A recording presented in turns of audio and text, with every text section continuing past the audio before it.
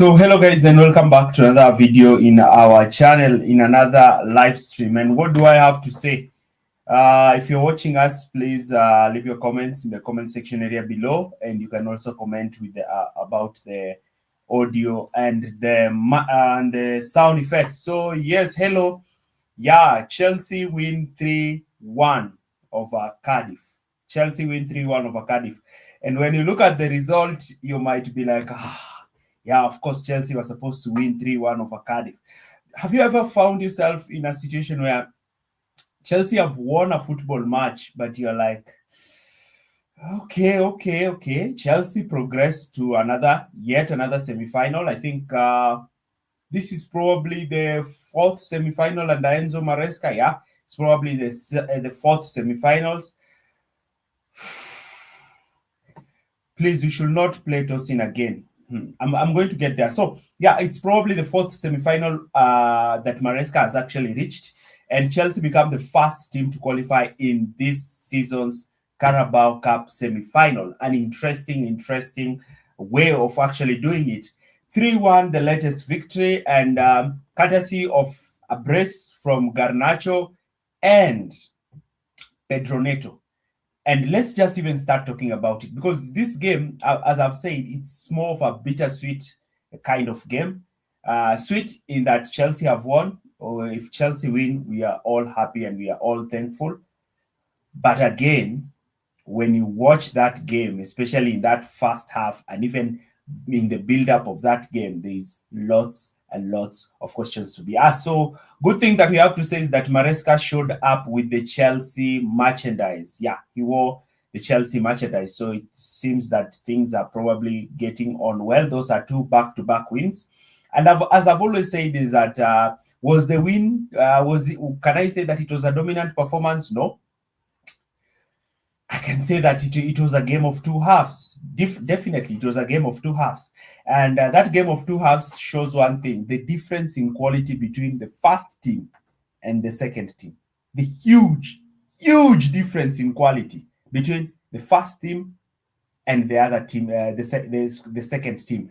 Showcasing that without the first team, the second team is not able to step up and bridge that gap to actually do the business. Chelsea were in a situation where, yes, the first team could be rested, but the second team was good enough to step in and actually close the gap, especially when trying to face these ultra-aggressive, these kinds of games where you need to rest some of your key players in the game. So let me just even start talking about the build-up of the game. There was a lot of noise from the media with regards to what is happening at Chelsea. So the way you calm that noise is you win. After those draws, I think winning back-to-back games, having rested your key players, having gotten some of your players who are out some minutes, is actually putting Chelsea in a situation now where they can actually go away at St. James's Park this weekend and look to try and get something out of that game. I'm saying this, João Pedro contributed towards the third goal because of his holder player. Yeah, I think the way he played the ball to Santos and Pedro Neto for the Neto goal was great. Even the final ball for Garnacho was also great. But I want to talk about this. I was super disappointed with the first half. First of all, when I watched the first half, because through the first half, I just decided to do other things. I was watching the game, but I decided that let me watch the game as I do something else. Why wasn't I excited? Because I looked at the lineup. Once I saw that lineup, I was like, you have six ultra defensive players, 3 attackers, where 2 of those attackers, in fact, 3 of those attackers have not been on form. So you find that Maresca has gone with 4 centre-backs at the back: Josh, Tosin, Benoit, and Hato. And again, as I have to say with the scoreline is 3-1. Why is it 3-1? We have the Tosin Adrabayo tax. It's called the Tosin tax. The Tosin tax. TT, Tosin tax. Whenever he plays, a game cannot end without him actually conceding a goal. Yeah, it's the nature when you play him. Because when you look at that goal that was conceded, you're asking yourself, You are the tallest center back. You're the most experienced center back. Why are you ball watching? Why are you not looking at players making runs? And after that equalizing goal, I was thinking to myself, oh my god, it's happening again. It's happening again. Because one thing that you always have to look at this is that if Chelsea fail to beat Cardiff to get to the semi-final, there are lots of noise that was going to come from the club. Oh, now Chelsea, you can see there is cracks in the dressing room. You can see the difference in quality of the squads, that humiliating defeat. So that win puts that out, because I'm sick and tired of the media constantly talking about Chelsea. They like controversy, and they know very well that Chelsea controversy sells them a lot of merchandise. So that sometimes is something that I really don't want to hear. We really understand why he rotated that much. The positive thing is that he made early changes. Yeah, the positive thing is that he made early changes. But my question with Enzo Maresca has always been one thing. Why decide to make those drastic changes in the first place to a point where you are altering the team's balance? Look at the lineup that I chose. I chose a lineup of semi-strong lineup, meaning that I retained one experienced player in defense, I retained one experienced player in midfield, and I brought in one good attacker in the attack. Now, when you look at that lineup, a key name was missing. That was Estevao. Estevao was not in the lineup. Estevao was not in the substitution bench. Now, a lot of us are asking ourselves, what is the situation with Estevao? Is it that Estevao has done something that has warranted Maresca to be super harsh with him? Or is Estevao injured? Did Estevao pick up a knock? And why has Maresca not told us about this? Because he clearly was missing in that lineup, in that squad. And I was asking myself, why? We go into the first half again, boring. Why is it boring? You have 6 defensive players and 4 attackers. You're only sometimes, I heard people talking about how Bonanote was bad and how Bonanote wasn't good enough. But when you look at it, the situation here is that you have Bonanote there, but he's the only player who can receive the ball in between the lines. You're not getting any attacking output. The only strong centre-back Maresca have is Colwill and Fofana. Now imagine losing Fofana back to injury when you have Colwill already injured. Yeah, when you lose Fofana, I don't know. It's just a catastrophe in that defense. Because when you lose Fofana, guess what happens? Benoit Badiashile disappears. That's what happened with Benoit. The minute you need Benoit is the time he also gets injured. He's like, nah, I'm not here to help you. I'm only here as a luxury centre-back. Benoit Badiashile is a luxury centre-back. You don't rely on him. It's the centre-back that you don't rely on. Whenever you want to rely on him, he'll tell you, bye-bye. I have to get back to the injury situation. I don't want to lose my mental health because I'm not able to probably give you the kind of performance that you need. Reports were saying that he's ill. Okay. Maybe the winter has affected him. The winter might have affected him. He's a Brazilian player. He's not used to the extreme cold of England.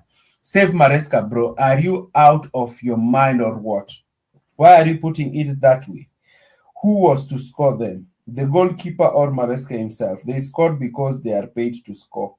Lance, I don't get what you're saying. I don't get what you're saying. At least you can try to be much more elaborate with whatever you're saying, because I'm not going to say it. I really don't get it, because I'm trying to explain the first half. I'm saying the first half, going by the lineup, going by what Maresca selected as the lineup, it was an impossibility for Chelsea to actually put up an attacking fight in that game. It was an impossibility. We need to keep Neto for next season and sell Gittens and Tyreek George. You see, the issue with Gittens is that Gittens is facing the same thing that Noni Madueke, the same thing that Neto faced, which is whenever you sign a player from another league and you bring him to the Premier League, what happens? He has to adapt to English football. Especially when you're signing these young, inexperienced players, when you take them from another league and bring them into the Premier League, what you generally expect is that these players are going to struggle. Naturally, they are going to struggle. So they have to struggle in the first season, adapt to the physicality and the pace of the Premier League. Then the following season is when you are going to see them flourish. That's why Gittens is struggling. Because one thing you notice is that I was one of the people who was super skeptical about the signing of Alejandro Garnacho. I was like, oh my God, why are we signing Garnacho? What's this obsession with Garnacho? But look, that's the same way people were like, why are we signing Cole Palmer? What is this obsession of signing Cole Palmer? Who the hell is Cole Palmer? It's always those last minute signings that we don't care about that actually come to help us. And I think Garnacho is one of them. Like Garnacho is putting a case that that left wing position is his. He is the starting left winger. Am I saying that Garnacho is world class? No. You see, with Garnacho, the Garnacho situation is that you have two Garnachos. You have the Garnacho who scored a brace today, who is making runs, who will play well. Then you have another Garnacho who will play, who will contribute, who will fail even to beat his fullback. So with Garnacho, you get different versions of Garnacho. You can get the Garnacho that you got today and another Garnacho. Because today, funny enough, his finishing was on point. I think he had just like 2 shots, and both shots were goals. So he had 100% conversion rate today. Whichever shots he took, he scored. So that is Garnacho for you today. Tomorrow, he'll have an easy chance and he will miss. But one thing I like about Garnacho is he's a more direct winger. He's a winger who wants to get the ball, run to the byline, make a cross, or cut in and attempt a shot. I've always said this. I like players who like to attempt a shot. The only way you can score a goal is by attempting shots. He's trying to adapt. Yeah. Jamie Gittens is really trying to adapt. Yes, I have 36. I have more than 40 people watching this live stream. If you're watching it, please like. Please like. I'm asking you, like the live, please, so that you're able to have this live being pushed to many people. Please, we are asking you to like. After those George and Gittens cameos, it's very disappointing that our best left winger is Garnacho. Yes, Garnacho was excellent today, but it's nothing new versus small teams. He's very limited versus better teams. Which better teams have we played? We played Arsenal. When we played Arsenal, Garnacho looked quite okay. When we played Tottenham, I think, yeah. With Garnacho is that when you are playing teams that are going to give you space, Garnacho is one deadly winger. When you are playing teams that are going to give you space, Garnacho is one of your deadliest wingers. Josh was fantastic and should start. Yeah, Josh again was he just did the basics. He did his job. In my opinion, I wanted him to start at centre back because why? Why are we having the tallest, the most experienced centre back in the team? And yet you see the kind of goal we conceded. Because how is Tosin conceding that goal? You see, those are the kind of things. But again, what is Santos doing defending, playing that player onside?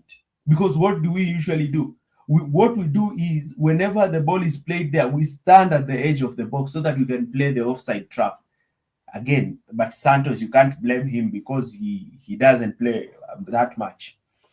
Gittens is so fake at everything. Yeah, Gittens, sometimes he annoys me. He gets the ball, he's scared of taking on his opponent, he's scared of being adventurous, and decides to get the ball and pass the ball backwards. Those are some of the things that I generally do not like. He can't even take his man. Yeah, if you're a winger and you can't take your man, there is a problem. Chelsea has won 3-1. It will help to remain positive. I'm not being negative. I've said, Peter, I'm saying I'm not negative. I am happy that we have won. I am not that kind of fan who will celebrate a loss to justify my agenda. If we win, even if we get these scrappy wins, if we get 30 or more scrappy wins this season, out of the Champions League games, the Premier League games, the Carabao Cup games, the FA Cup games, if we get 30 to 40 scrappy wins like this, I'll take them. I will take the scrappy wins.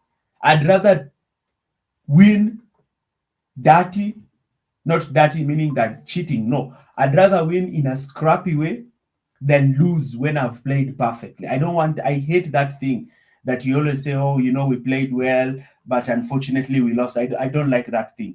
You win the game. Win the game. At the end of the day, people are not going to remember how you played well. People are going to remember the scoreline. You all have Estevao derangement syndrome. I know, Christian, you've really wanted to use this word derangement syndrome. Now you had to choose Estevao. The boy is green and gone off the bowl. Defender have to already figure him out. His head to eat more ugali and be stronger. Christian, I'm not saying that with this Estevao derangement, I'm not saying that Estevao has to play all games. The thing here is this is a Carabao Cup game. It's a Carabao Cup game. These are the kind of games that you nurture the players like Estevao. So like today, this is the kind of game you give him because it's a game that doesn't have too many pressure. Would I want to win the Carabao Cup? Yes, absolutely. But will I have a problem if we are knocked out? No. That's just the way the situation is. I thought Josh Achimpong was immense today. Hato looked good on the ball. Not so sure, but Hato looked terrific when it came to the ball. But defensively, again, there's questions. He kept on being beaten. In fact, the cross that actually results into that equalizing goal came from his wing. That's where the cross comes in. So you ask yourself this question: is he really good? Is he really good to be Kukurea's player who rests Kukurea? But I'm happy Kukurea got that rest. Enzo Fernandez got that rest. And the one thing I also like is I've seen the return of Caicedo, and Caicedo is playing well. He got a yellow card earlier on, but he carried on the game quite well with his tackles and doing Caicedo stuff. And Caicedo has already gotten 90 minutes back and looks very fit and ready to play in that Newcastle game where we highly need him. Josh played very well and should start a game, not be on the bench. Tosin should be on the bench. You see, one thing that I have to say about Josh is that Josh cannot start a game in the Premier League. Not because I'm saying he's a bad player, no, but because of the nature of the Premier League. A lot of you fans, sometimes you want your best or your most favorite player to start because he has put in a performance. Yes, Josh has put in a performance, but at the moment, the centre-back partnership that has helped Chelsea. We have kept 8 clean sheets this season. 8 clean sheets this season. We have the same number of clean sheets as title challengers, title invincibles, Arsenal. Why? Because we brought in Wesley Fofana and Chalobah. Wesley Fofana and Chalobah is what works. If it ain't broke, don't fix it. So that is the logic that I go with when it comes to Achimpong. Tosin, I've always said it. He's so poor when it comes to actually running when the ball has been played over the top, and sometimes he loses his concentration in his defending, and that is what you see has resulted into that goal. And you guys need to go and check John Terry's recent video where he talked about that Chelsea need to bring in Thiago Silva as a player coach so that he can come into Cobham and train some of these defenders. I still do think that if we have Thiago Silva, if we can get Thiago Silva this January, not to have him as a player, him playing him week in, week out, what John Terry said.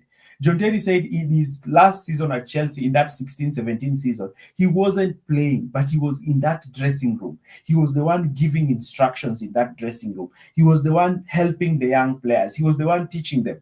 I'd like to see a player like Josh Achimpong, player like Hato, player like even this Tosin guy. If Rudiger could be saved when he was 28, because remember, Rudiger was showing flashes of being a good defender, but wasn't an elite defender until he played with Thiago Silva, and Thiago Silva elevated the stature of Rudiger. So yes, Thiago Silva can teach Tosin how to defend since he's slow. Gitted is not good. Hope Queda next season will bench him. You see, this is the thing of always hyping up these players who are playing at Strasbourg. And I've said it. By next season, Gittens is going to be good than the Quenda you're talking about. Even Estevao this season has had flashes to show what he can be, but he is not that player who we can actually say, no, we have to bench Neto for Estevao. No, in fact, Estevao has made Neto be so great. In fact, Neto is currently, as I speak now, Neto is Chelsea's player of the season so far. So far, if we have a discussion on who's Chelsea's player for the season, then automatically at the moment it's Pedro Neto. Estevao hasn't dislodged him, so I don't think Quenda will come in and just grab position from Gittens. Garnacho is doing a job now. Hato needs to improve, otherwise he will be loaned, and Maresca gives us hope of being champion. The issue about loaning players and selling players is squarely out of Maresca's power. That thing is solely within the power of the sporting directors. They're the ones who decide that. Why do you think we struggle much passing out from the back? It's common theme in every game. We don't have the most efficient and most effective pattern of play. You see, the thing with playing from the back is that playing from the back is something that really helped teams like Manchester City, like Napoli, like Liverpool earlier on, especially Manchester City earlier on when Pep came. When people were asking, what is this thing of playing from the back? What is this? And Pep was constantly able to unlock them with that. Nowadays, the main aim is not playing from the back. Nowadays, the main aim is to draw as many players forward to press you, then look to go direct. And that's why you have to rely on pacey wingers and forward who's able to hold up the ball. That's the same thing that Manchester City have been doing this season. So Chelsea are proceeding to the semi-finals of the Carabao Cup. And once they are progressing to that semi-final, they are likely to play either Manchester City or Brentford. Most likely, I do think they are going to play Manchester City. And henceforth, in the Carabao Cup, Maresca should go with the strongest lineup. If we are playing Manchester City, the same team that you play in the Premier League. No changes. Do not make changes. Do not try to go slow on it. No. The first team. In the final, you don't play finals, as Mourinho said. You win them. So to win a final, win the semi-final. That is what I can say. Again, I've said it's a game of two halves. The first half showed the lineup was a problem. Too many defenders. The second half, the changes come in. You bring in fast teamers. You bring in Garnacho. You bring in Neto. You bring in João Pedro. You bring in Malo Gusto. And immediately you elevate the game. So it shows clearly that the gap between the first team and the squad team, very huge. The high risk of committing so many players at the front worked out well for us today, but it's only good if they are reliable centre backs. Yes, and one thing that I saw in the first half is that even when we got the ball into the attacking third, we didn't have so many players into the box. It's only the first team players who know how to flood the box. The other players, they don't know how to flood the box. And that's why even when George was looking to make those crosses in the 6-yard space, McGee wasn't there to slip in and try to go for a tapping. Those are some of the problems that I was talking about. Cardiff City, they play ball possession like us. Yeah, they do that. The manager has worked with Maresca and Pep. However, I think still this game would have been over if we had gone strong. But I think introduction of Gusto brought some life and more control into the middle and allowed Santos to have a hand in those two goals. Yeah. Bringing in Gusto freed up Andre Santos to push forward. And that just shows how Maresca really values this Malo Gusto guy. Should have allowed Facundo to play full-time. Facundo did well in that first Garnacho goal. And also I saw in the second half when he started to get that help, I think we started to see him getting more and more involved, creating chances, attempting shots. Yeah, I think he's a player who, when given some time, will be okay. Caicedo will be suspended for the semi-final following yet another headless booking. I don't know. Is it true? If it's true, then damn, that's crazy. So look, anyway, guys, this live stream is it's quite late here, and I have to wake up tomorrow. So yeah, thank you very much for joining us in this brief live stream, and I'll be looking forward to actually give you content on what actually transpired in this game, breaking down both halves. So once again, thanks for watching, and see you in our next video.